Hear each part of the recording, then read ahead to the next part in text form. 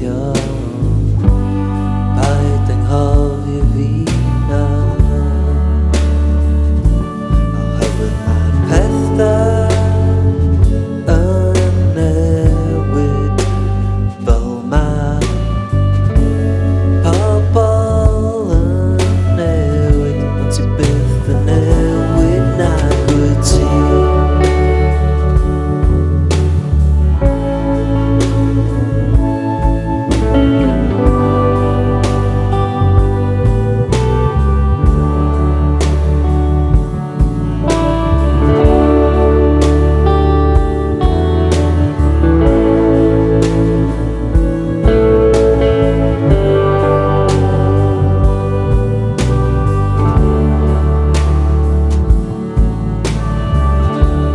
Carreg Samson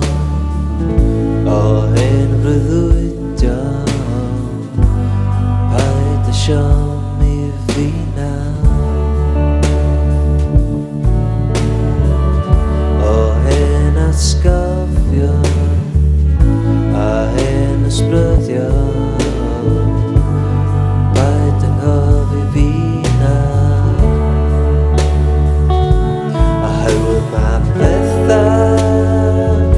yn newid fel mae pobl yn newid ond ti byth yn newid nag wyt ti.